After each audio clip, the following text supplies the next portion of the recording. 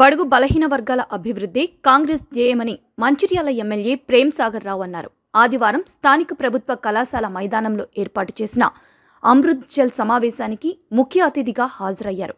అనంతరం ఈ సందర్భంగా ఎమ్మెల్యే ప్రేమ్ సాగర్ రావు మాట్లాడుతూ మున్సిపాలిటీలో అమృత్ జల్ నీటి సరఫరా పైప్ లైన్స్ ట్యాంక్ నిర్మాణంకు 20 కోట్ల రూపాయలు, డిఎంఎఫ్టీ నిధుల ద్వారా 55 లక్షలతో సీసీ రోడ్స్, డ్రైనేజీ నిర్మాణాలకి భూమి పూజ చేయటం చాలా సంతోషకరంగా ఉందన్నారు.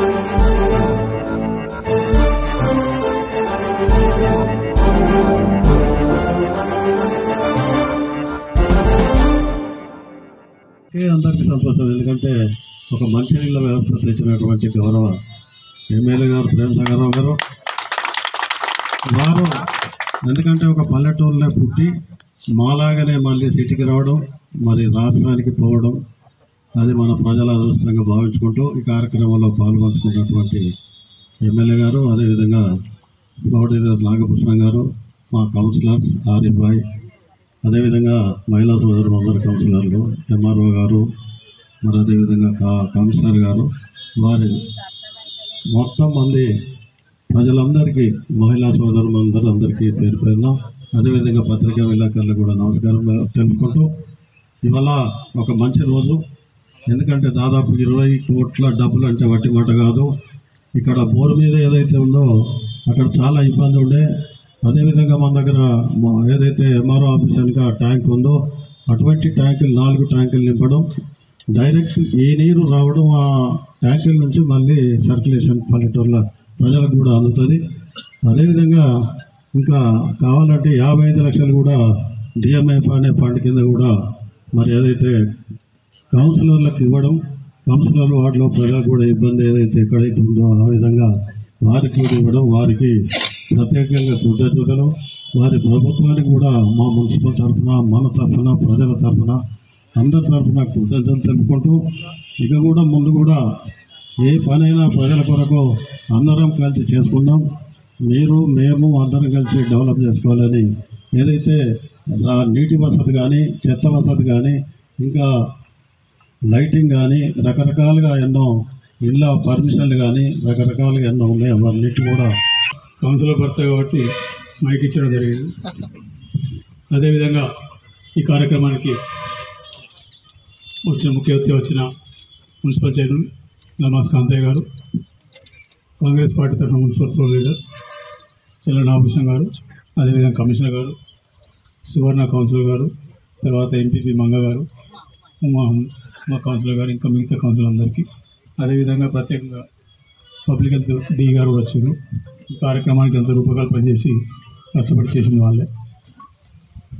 ఇది 20 కోట్లు అనేది లక్ష్మీపేట పట్టణంతో పాటు మోదెల, ఇటుకాల, ఊతుకూరు మొత్తం అంటే పాత ఈ గ్రామ పంచాయతీలన్నింటినీ కూడా కలుపుకొని ఉంటుందండి. ఈ స్కీమ్లో 1815 1815 కిలోమీటర్ల 18.15 కిలోమీటర్ల పైప్ లైన్ ఉంటుంది.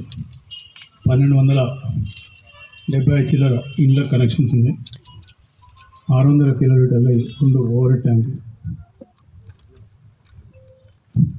అదేవిధంగా 438 కిలోలీటర్ల సంపు కూడా ఉంది. దీని ద్వారా ఏంటంటే ఇప్పుడు ఓవర్ హెడ్ ఇబ్బంది అయినప్పుడు కూడా మనకు ఇక్కడ సంపు సౌకర్యం ఉంది.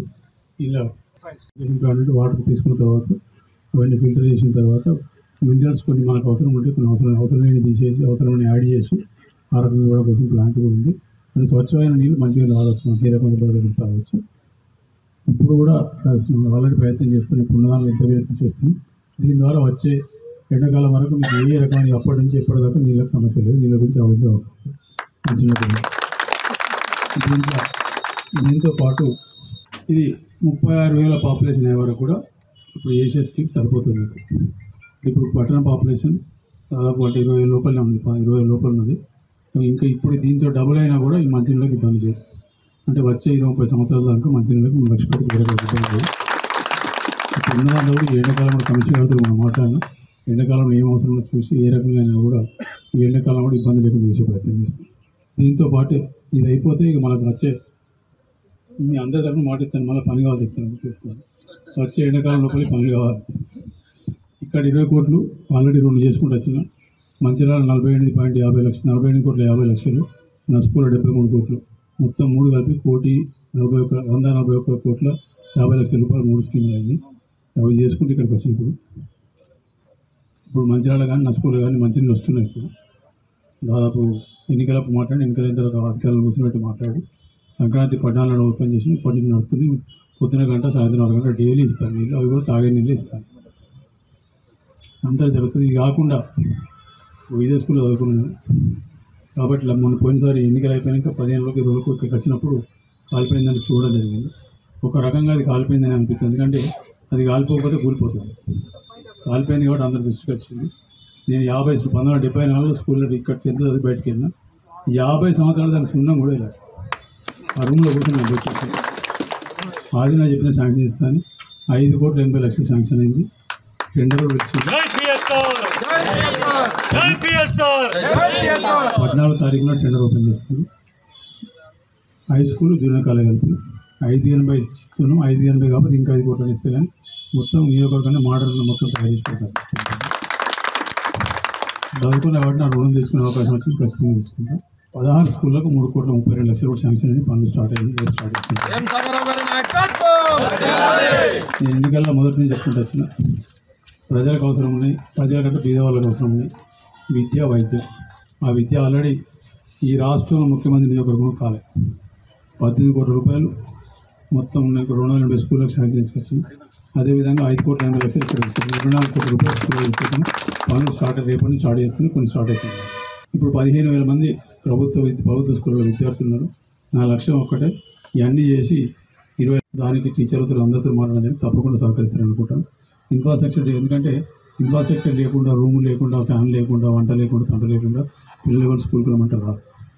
దురదృష్టవశాత్తు లాస్ట్ 10-20 సంవత్సరాల నుంచి ప్రభుత్వ స్కూళ్ళ నిర్లక్ష్యం చేసి వాటిని పూర్తి పనికి రాకుండా చేసి ప్రైవేట్ స్కూల్ ఎంకరేజ్ చేసే కార్యక్రమం జరుగుతుంది. కాబట్టి ఖచ్చితంగా బీద వాళ్లకు అందుబాటులో ఉండే ప్రభుత్వ విద్యను కోటీశ్వర కొడుకు ఏదైతే విద్య దొరుకుతుందో ఖచ్చితంగా ప్రభుత్వ స్కూళ్ళకు 3-4 సంవత్సరాలు కూడా స్కూల్ చేసుకునే పిల్లలను కూడా ఆ విద్యార్థులు దాటుతున్నారు.